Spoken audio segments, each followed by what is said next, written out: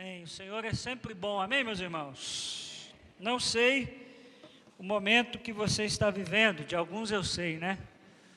Mas eu queria te lembrar essa verdade: o Senhor é bom. Mesmo que talvez você esteja vivendo o momento mais difícil da sua vida, não permita que as circunstâncias roubem essa verdade do seu coração. Deus é bom. Amém? Abra sua Bíblia comigo em Tiago, capítulo 2. Nós estamos conversando algumas semanas sobre o livro de Tiago. E hoje nós leremos Tiago, capítulo 2, a partir do versículo 14. Nós estamos numa série de mensagens chamada Direto, né? Essa é a ideia de Tiago. Ele é muito rápido, muito direto naquilo que ele quer ensinar para aquela comunidade. Tiago, capítulo 2, nós leremos a partir do versículo 14. Tiago, capítulo 2, a partir do versículo 14, nós vamos falar hoje sobre obras. Os irmãos encontraram? Amém? Veja se não tem alguém do seu lado aí sem Bíblia e compartilhe com ele a palavra do Senhor. De que adianta, meus irmãos, alguém dizer que tem fé se não tem obras? Acaso a fé pode salvá-lo? Se um irmão ou uma irmã estiver necessitando de roupas e do alimento de cada dia, e um de vocês lhe disser: vá em paz, aqueça-se e alimente-se até satisfazer-se, sem porém lhe dar nada, de que adianta isso? Assim também a fé por si só, se não for acompanhada de obras, está morta. Mas alguém dirá: você tem fé, eu tenho obras. Mostre-me a sua fé sem obras, e eu lhe mostrarei a minha fé pelas obras. Você crê que existe um só Deus? Muito bem, até os demônios creem e tremem. Insensato, quer certificar-se de que a sua fé sem obras é inútil? Não foi Abraão, nosso antepassado, justificado por obras, quando ofereceu o seu filho Isaque sobre o altar? Você pode ver que tanto a fé como as obras estavam atuando juntas, e a fé foi aperfeiçoada pelas obras. Cumpriu-se assim a escritura que diz: Abraão creu em Deus, e isso lhe foi creditado como justiça, e ele foi chamado amigo de Deus. Vejam que uma pessoa é justificada por obras e não apenas pela fé. Caso semelhante ao de Raabe, a prostituta. Não foi ela justificada pelas obras quando acolheu os espias e os fez sair por outro caminho? Assim como o corpo sem espírito está morto, também a fé sem obras está morta. Vamos orar mais uma vez? Senhor, nós estamos diante da palavra do Senhor. Pedimos, por favor, Senhor, ministra os nossos corações. Nós já fomos tão abençoados nessa noite, tendo o privilégio de cantar louvores em adoração ao Teu nome. Pedimos que agora o Senhor também fale ao nosso coração, que o Espírito do Senhor nos visite e que o Espírito do Senhor nos convença, que o nosso coração esteja muito aberto para tudo aquilo que o Senhor quer trabalhar em nós. Te pedimos assim, Senhor, no nome santo de Cristo Jesus, amém e amém. Como eu disse aos irmãos, hoje nós vamos falar sobre obras. E nós chegamos num texto muito importante de Tiago. Os irmãos já ouviram falar de Lutero, não já? É o grande nome aí da Reforma Protestante, pelo menos foi o nome que apareceu. A gente sabe que o movimento já vinha de muito tempo, mas Lutero teve por um tempo de sua vida uma dificuldade muito grande com Tiago. O Lutero, na primeira edição do seu comentário do Novo Testamento, em 1522, ele chamou a essa epístola de Tiago de epístola de palha. O Lutero ficou bravo com Tiago, a tal ponto dele dizer: olha, a epístola de Tiago é uma epístola de palha. Por quê? Porque o Lutero achou que o Tiago estava pregando contra o que Paulo havia ensinado, da justificação pela fé.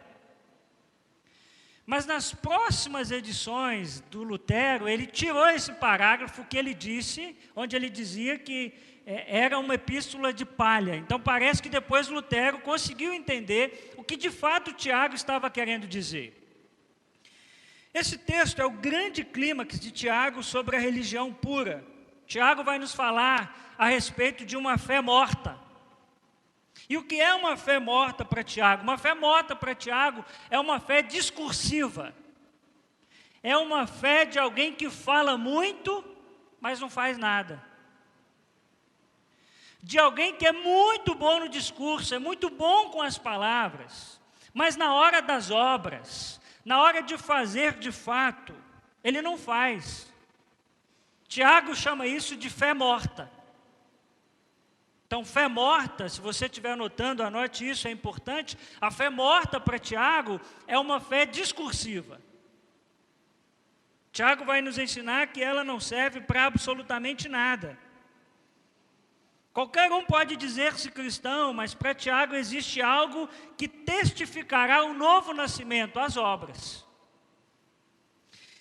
E quando a gente olha o ensino do apóstolo Paulo, em Efésios capítulo 2, a partir do versículo 8, a gente vai perceber que, na verdade, tanto Paulo quanto Tiago, eles não estavam falando de coisas diferentes.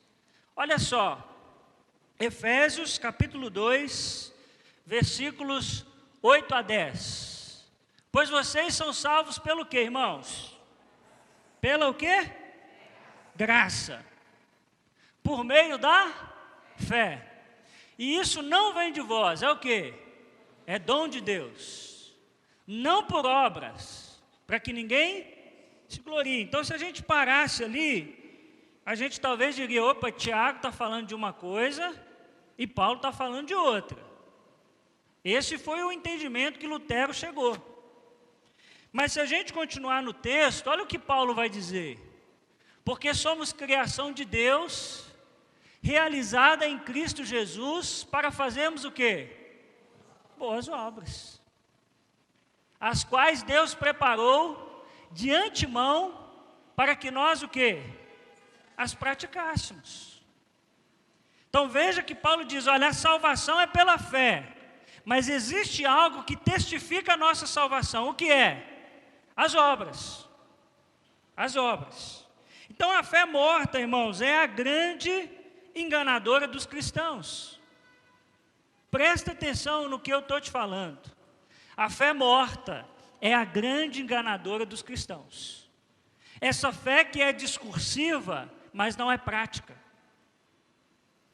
Porque nós caímos naquilo que Tiago já nos ensinou sobre a questão do auto-engano. Nós começamos a nos enganar. E nesse texto, Tiago vai nos ensinar 3 ações para uma fé viva. Pastor, eu não quero essa fé morta, essa fé que é discursiva. Eu quero uma fé viva, eu quero uma fé que agrada a Deus. Então você precisa tomar pelo menos 3 ações que Tiago vai nos ensinar nesse texto. Primeira ação que você precisa tomar, vamos ver juntos? Ser a resposta da oração de alguém. Vamos de novo?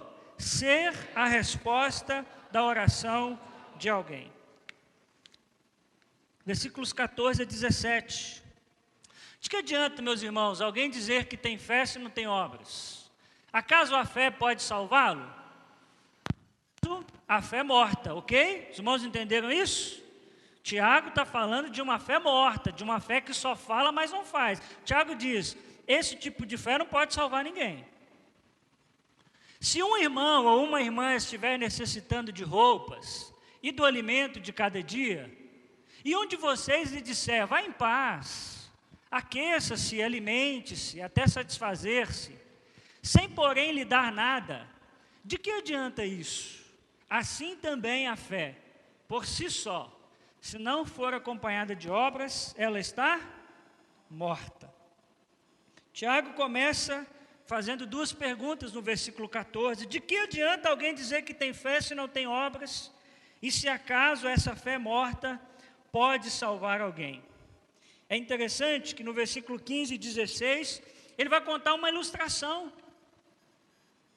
Ora, tem um irmão que chega para você e diz, olha, eu não tenho o que comer lá em casa, Eu não tenho o que vestir.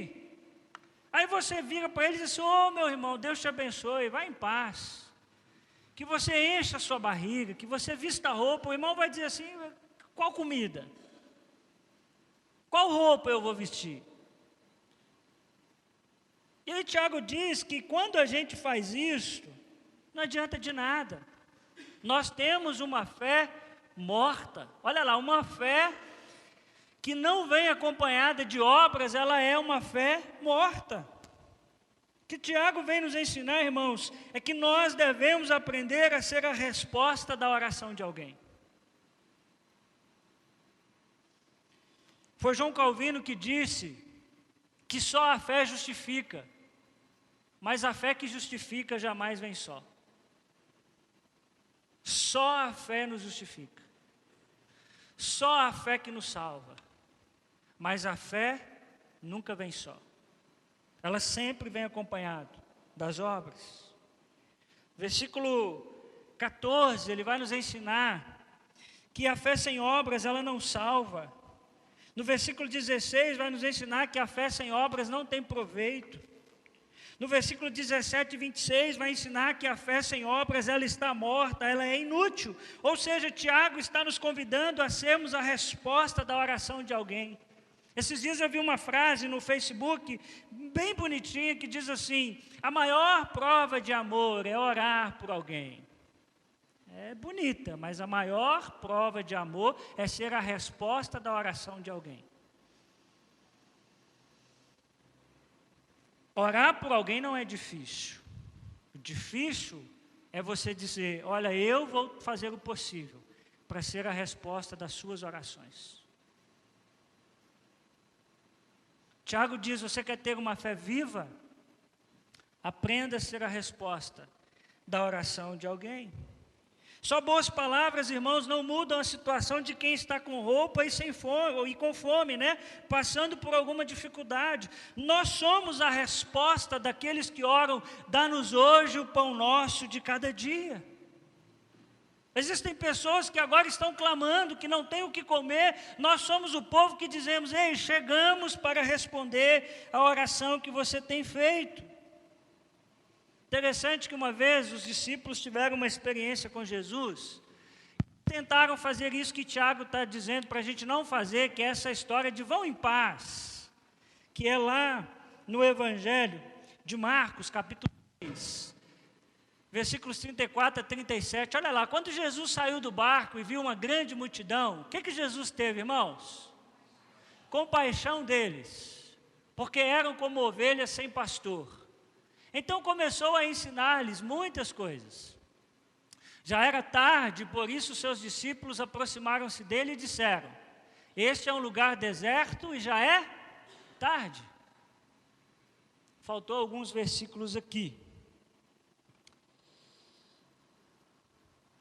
Versículo 35, se você quiser abrir aí, Marcos capítulo 6, 34 a 37, 35 vai dizer que já era tarde, né, e por isso seus discípulos aproximaram-se dele e disseram: este é um lugar deserto e já é tarde. 36, manda embora o povo para que possa ir aos campos e povoados vizinhos, comprar algo para comer.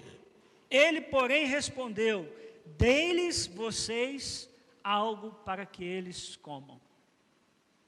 Os discípulos dizendo: Jesus, manda esse pessoal embora, é muita gente, esse pessoal está com fome. Jesus diz: ei, vocês são a resposta da oração deles. Deem vocês mesmos algo para que eles comam.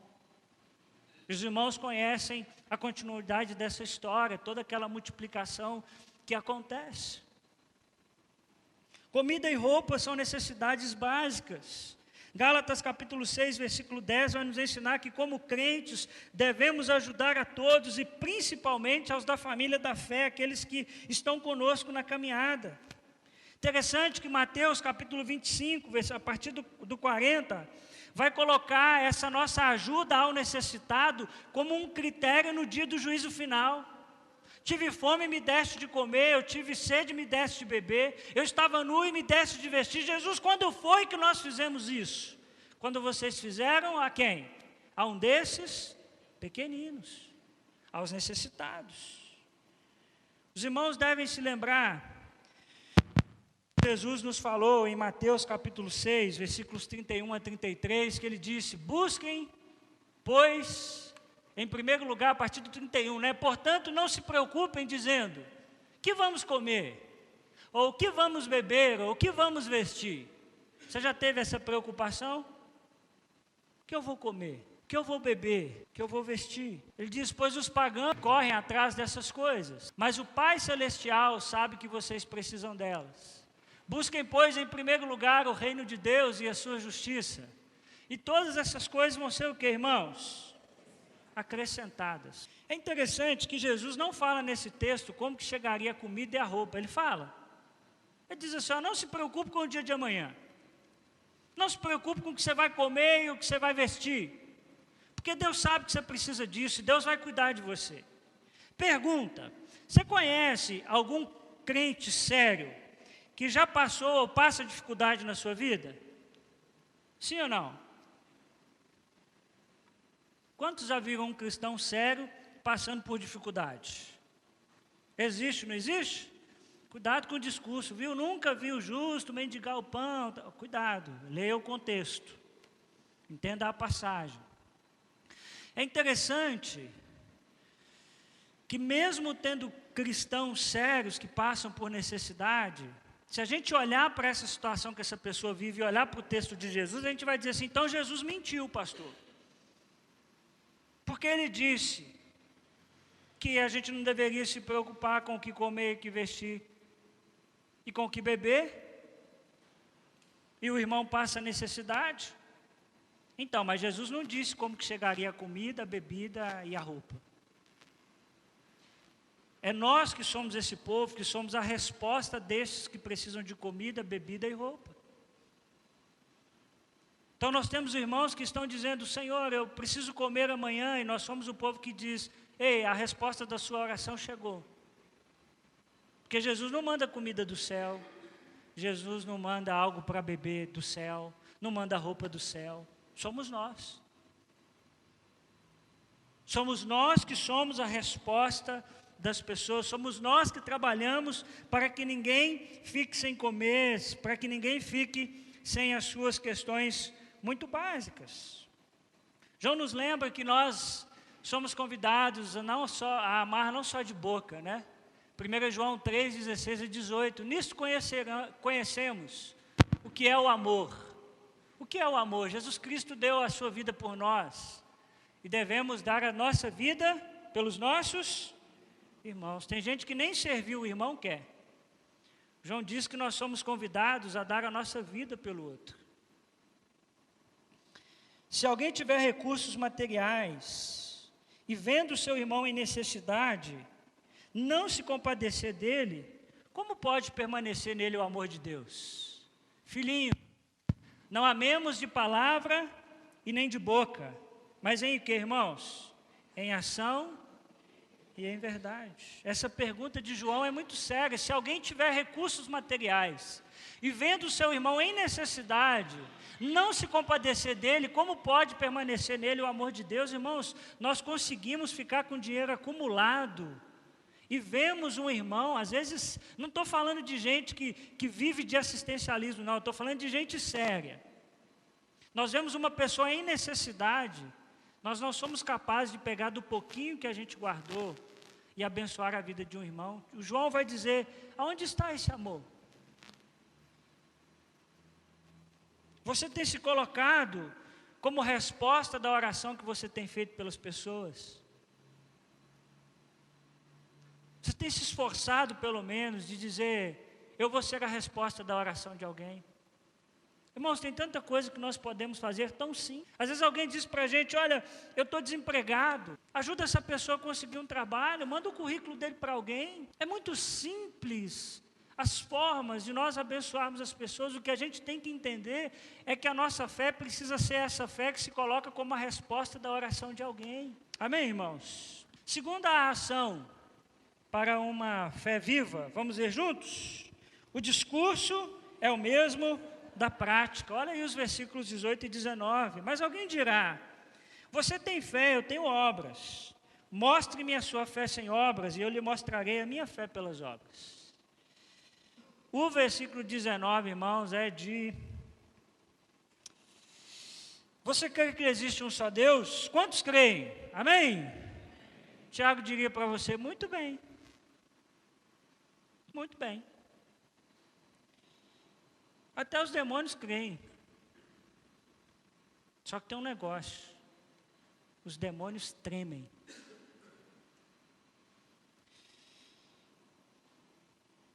Tiago, no versículo 18, começa a apresentar uma desculpa, né? Alguém pode dizer assim, não, mas você tem fé, eu tenho obras.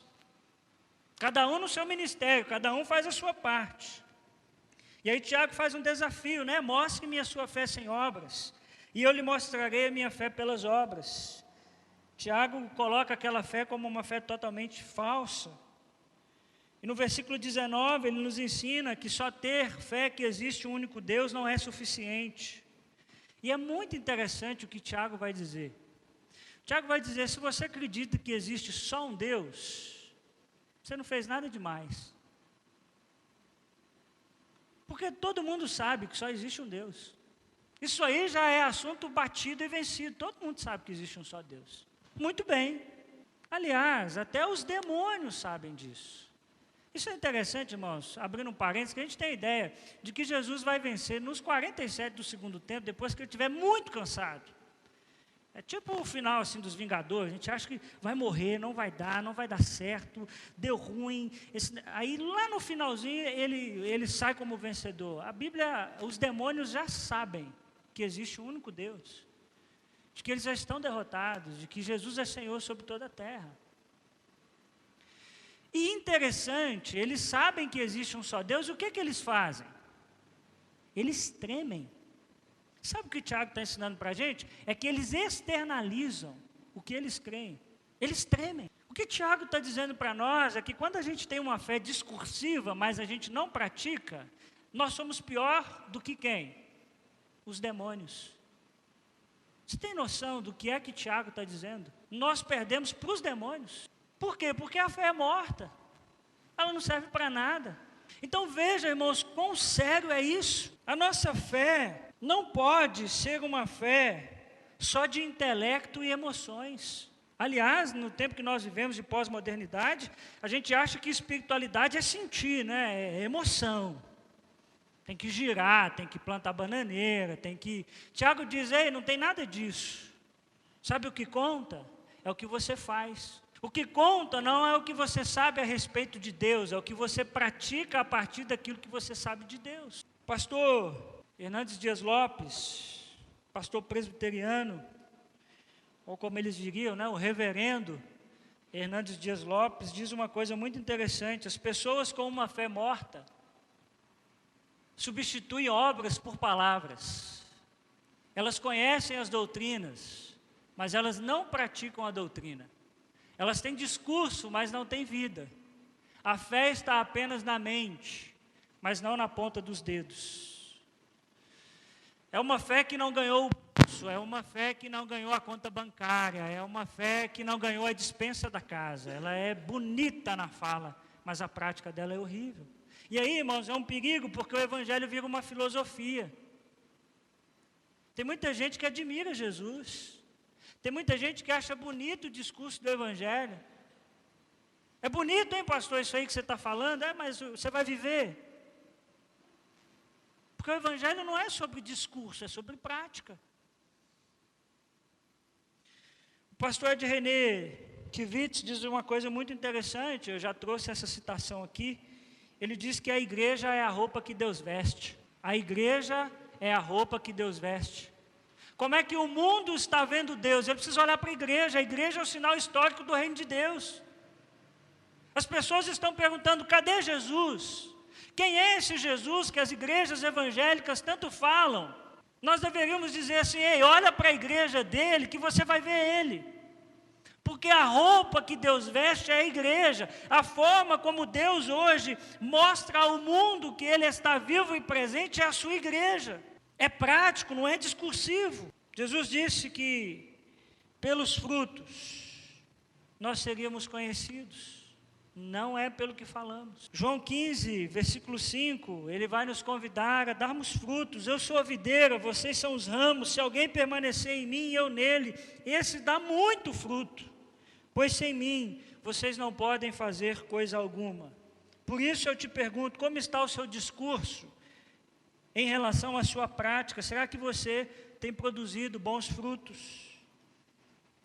Terceira ação que Tiago nos ensina para uma fé prática, e aí eu termino, é que a terceira ação para uma fé viva, é que ela aprende com os exemplos.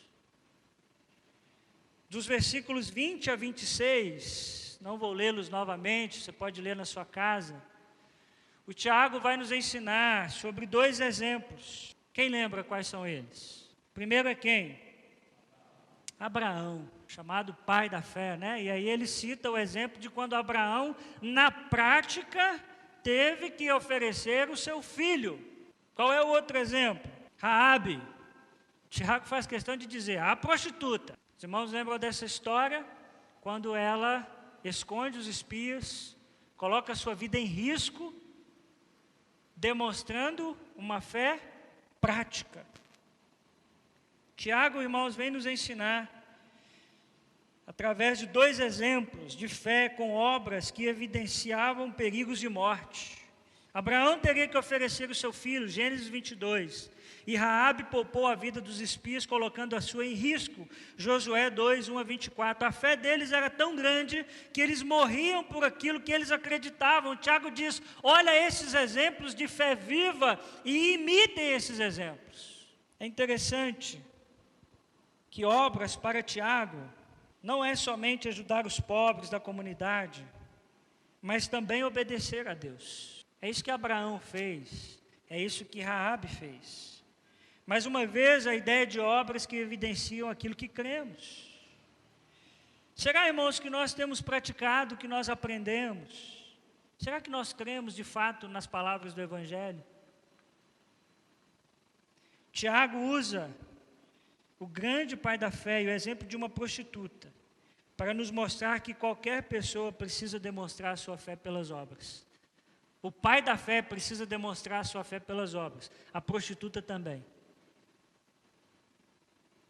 Ele quer nos ensinar que os exemplos da Bíblia de pessoas que se envolveram nas necessidades dos outros, não é somente para admiração, mas para imitação. Meu irmão, guarde isso no seu coração, nada que a Bíblia nos ensina é para admiração, tudo é para imitação. Tudo aquilo que é bom, né, claro. Nós somos convidados a fazer da mesma maneira, a imitar os passos daqueles que tiveram uma verdadeira fé. As obras não salvam ninguém, mas ela evidencia os que foram salvos. Quando a fé e obra caminham juntos, temos uma verdadeira religião. Essa é a religião pura, essa é a religião verdadeira. É uma fé aonde tem sim a fé, mas tem as obras. Fé e obras. Só obra não salva também. Precisa ter fé em Cristo Jesus. Mas a sua fé em Cristo Jesus precisa vir acompanhado das obras. Por isso eu termino te perguntando, como anda a sua fé? Mais do que isso, eu te pergunto, como andam as suas obras? O quanto você tem praticado o que você diz acreditar?